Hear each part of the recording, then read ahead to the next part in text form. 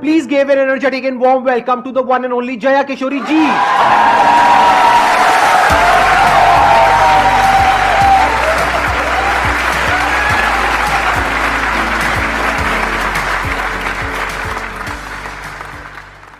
इनकी स्माइल में इतनी पॉजिटिविटी है, आई थिंक इनको कुछ बोलने की जरूरत ही नहीं है. अगर ये पूरे सेशन में यहाँ पर सिर्फ बैठ करके स्माइल करती रहे तो आई थिंक ये सेशन बहुत अच्छा हो जाएगा. इनका एक मोटिवेशनल चैनल भी है. इनफैक्ट आपकी कुछ वीडियोस देख करके मैं खुद मोटिवेट हुआ हूं, and I am not kidding.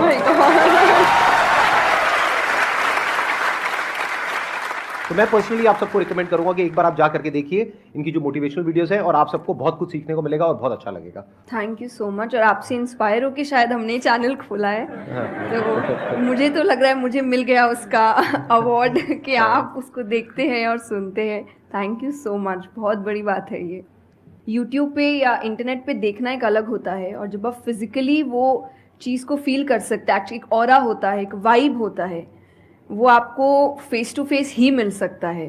तो आप सब बहुत लकी है. आज मैं भी लकी हूँ कि मुझे वो ऑरा, वो वाइब महसूस करने को मिल रहा है जो हम यूट्यूब पे ऑल टाइम देखते रहते हैं. और आज तो आप डबल लकी हैं क्योंकि मेरे साथ साथ आपको इनको भी सुनने का मौका मिल रहा है.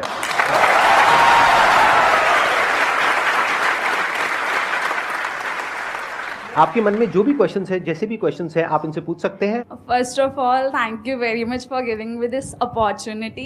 I want to ask you कि like आपने ये क्यों चूज किया कि you want to go into spirituality, कि मुझे इस चीज़ में ही जाना है. टू बी वेरी ऑनेस्ट, मैंने चूज़ नहीं किया था. इस स्थान ने मुझे चूज़ किया था, क्योंकि मैंने शुरुआत 6 साल की उम्र से की थी.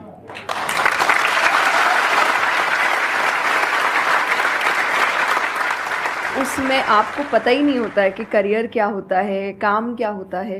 तो मैंने कुछ भी सोचा नहीं था. मेरे सामने चीज़ें आती गई, मुझे अच्छी लगती गई और मैं करती गई. और इसीलिए मैं हमेशा कहती हूँ अपने अंदर के बच्चे को ज़िंदा रखिए, क्योंकि वो कभी भी ये नहीं देखता इससे मेरा फ़ायदा होगा, या उसको अच्छी लगती है चीज़ और वो करता है.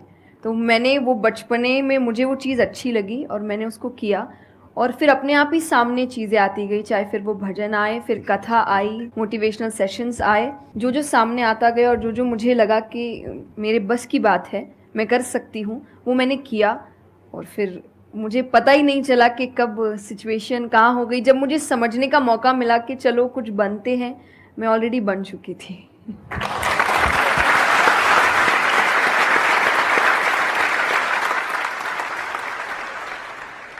मेरा क्वेश्चन कंसंट्रेशन पावर को लेके है, या दूसरी तरह से बोल सकते हैं अवेयरनेस को लेके.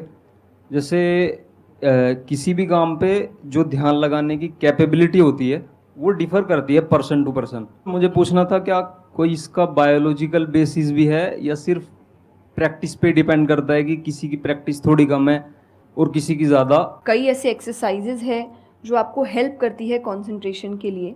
तो जो मैं एक्सरसाइज फॉलो करती हूँ वो लिसनिंग प्रैक्टिस है, कि मैं सोने से पहले या सुबह उठ के कुछ देर 5 मिनट्स 10 मिनट्स मैं बिल्कुल शांत माहौल में और मैं साउंड सुनने की कोशिश करती हूँ. और ऐसा माना जाता है कि जिस दिन आपको 5 से ज़्यादा साउंड सुनने लग जाए, और 5 का मतलब हुआ कि ऐसा नहीं कि आपके घर में टीवी और मिक्सी और सब चल रहा है तो आप कहे कि अरे भाई 5 साउंड सुनाई दे दिए. नहीं, जब शांति हो तो वो एक बहुत अच्छी प्रैक्टिस है जो आपके दिमाग को हेल्प करती है किसी एक चीज़ पर ध्यान लगाने के लिए. तो आप ऐसे कंसंट्रेशन पावर के एक्सरसाइजेज होती कर सकते हैं. और जो मैं करती हूँ मैंने आपको बताया, मैं रोज़ करती हूँ. अभी तक मैं 3 से आगे बढ़ी नहीं हूँ, लेकिन आई होप जल्दी 5 आवाज़ों से ज़्यादा सुनाई देने लग जाए.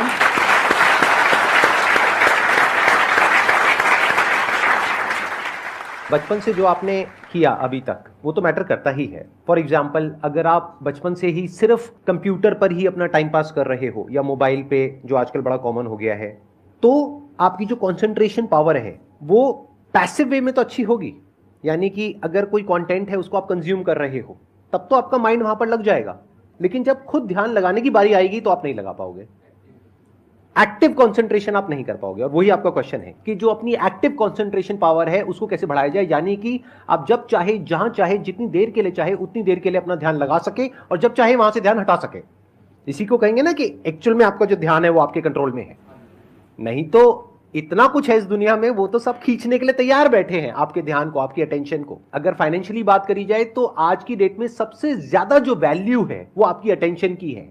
जितनी भी कंपनीज हैं उनके लिए सबसे इंपॉर्टेंट है आपकी अटेंशन। अगर आपकी अटेंशन आपके हाथ से निकल जाती है और उनके हाथ में चली जाती है तो वो हो जाएगा जो वो चाहते हैं, यानी उनको प्रॉफिट हो जाएगा, आपको नुकसान होता है हो जाए। तो अब सवाल उठता है उसको कैसे बढ़ाया जाए। चेस बहुत अच्छा तरीका है उसको बढ़ाने का। स्पोर्ट्स से आपकी कंसंट्रेशन पावर बढ़ती है। जैसे मुझे बैडमिंटन बहुत पसंद है, तो बैडमिंटन में सारा ध्यान कहां पर होता है, शटल के ऊपर, और कोई थॉट माइंड में आ ही नहीं सकता, क्योंकि अगर वो आया तो शटल से आपका ध्यान हट गया और आप हार जाओगे। तो sports is another way of doing it. उसके अलावा जैसे इन्होंने बताया लिसनिंग, अगेन वेरी पावरफुल। बहुत तरह की साउंड्स हैं, बहुत तरह की वाइब्रेशंस हैं इस यूनिवर्स में, बट हमारा ध्यान नहीं है उसकी तरफ। कुछ ग्रॉस है, कुछ सटल है। तो जैसे जैसे हम सटल जाते हैं तो ऐसी बहुत सारी वाइब्रेशंस हमारी पकड़ में आती है जो नॉर्मली लोगों की पकड़ में नहीं आ पाती है। क्यों? क्योंकि उनका ध्यान दो जगह पे होता है, या तो इस दुनिया में जो कुछ हो रहा है वहां पे होता है, या फिर अंदर जो थॉट चल रहे होते हैं वहां पे होता है। इसके अलावा और कहीं नहीं होता है। तो उन वाइब्रेशंस को सुनने के लिए हमको कानों की भी जरूरत नहीं है। इवन विदाउट योर ईयर्स, अपने कान बंद करके भी आप सुन सकते हो उन साउंड्स को। तो शुरुआत वहां से करो, धीरे धीरे आप देखोगे आपका जो ध्यान है वो आपकी पकड़ में आने लग जाएगा।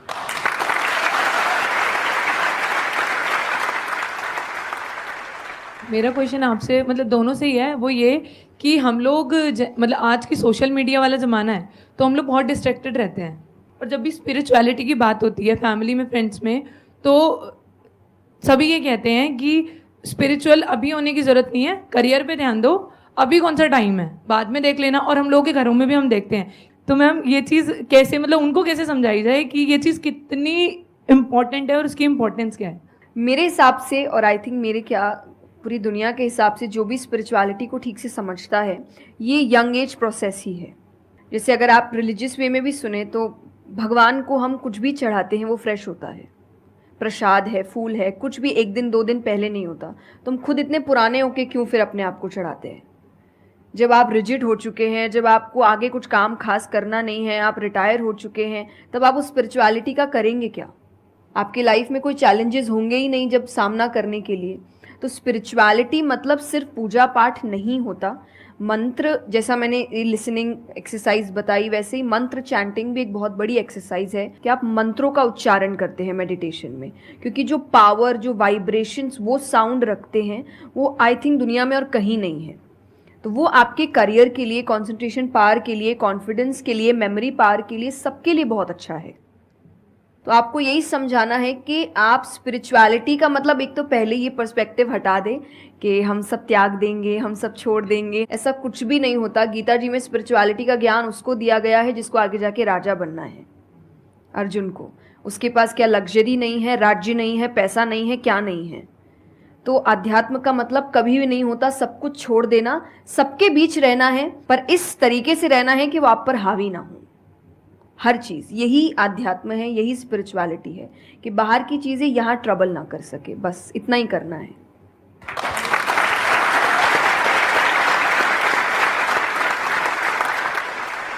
अर्जुन कह रहा है कि क्या मैं सब कुछ छोड़ छाड़ के चला जाऊं? और भगवान कृष्ण उसको क्या बोल रहे हैं कि अभी जो तुम्हें करना है उस पर ध्यान दो। सब कुछ छोड़ना सॉल्यूशन नहीं है। खुद को पहचानो कि तुम क्या हो। जो प्रॉब्लम की पूरी जड़ थी वहां पर वो ये थी कि अर्जुन भूल गया था कुछ देर के लिए कि वो एक्चुअल में कौन है, जैसे हम भूल जाते हैं। तो भगवान उसको याद दिलाने का काम कर रहे हैं कि तुम एक योद्धा हो, तुम्हारा काम है लड़ना धर्म के लिए। तो भगवान उसको वो ज्ञान दे रहे हैं। ऐसे ही अगर आप एक स्टूडेंट हो तो आपका काम क्या है? पढ़ाई करना। अब आपको देखना है कि उसमें ये जो बातें हैं, इनकी बातें, मेरी बातें, या कहीं भी हमारे जो स्क्रिप्चर्स में बातें हैं, वो किस तरह से आपको काम आ सकती है वो करने में, जो अभी आपकी लाइफ की इस स्टेज में, इस पॉइंट पर आपके लिए करना सबसे इंपॉर्टेंट है। तो स्पिरिचुअलिटी दो तरीके की हो गई। एक वो जो आपको भटका रही है, यानी कि वो लोग जो खुद अच्छे से नहीं समझ पाए स्क्रिप्चर्स को, वो आपको क्या कहेंगे कि सब कुछ छोड़ दो। और दूसरे वो जो एक्चुअल में समझ गए हैं कि क्या बात करी जा रही है, तो वो आपको क्या कहेंगे कि जो भी कर रहे हो उसको करो, अच्छे से करो, पूरे ध्यान से करो, पूरी ईमानदारी से करो, उसमें कोई कमी मत छोड़ो, क्योंकि यही आपको हेल्प करेगी लाइफ में आगे कुछ भी करने के लिए। अगर आज आप अपने काम को ढंग से नहीं कर पा रहे, तो कल अगर स्पिरिचुअलिटी में आपको कोई इंक्वायरी करनी है, स्क्रिप्चर्स को समझना है, क्या वो आप ईमानदारी से कर पाओगे? आप अगर अपना काम ठीक से कर रहे हैं, आपके इंटेंशंस अच्छे हैं, आप ऑनेस्ट हैं, आप पेशेंस रख रहे हैं, आप स्पिरिचुअल हैं। तो इसीलिए आपको बस अपना काम, जो उन्होंने सही कहा, एकदम ठीक से ईमानदारी से करना है। क्योंकि अगर यहाँ ईमानदार नहीं, क्योंकि जो आपका काम है, तो फिर कहीं और तो ईमानदारी की फिर बात ही क्या कर सकते हैं हम।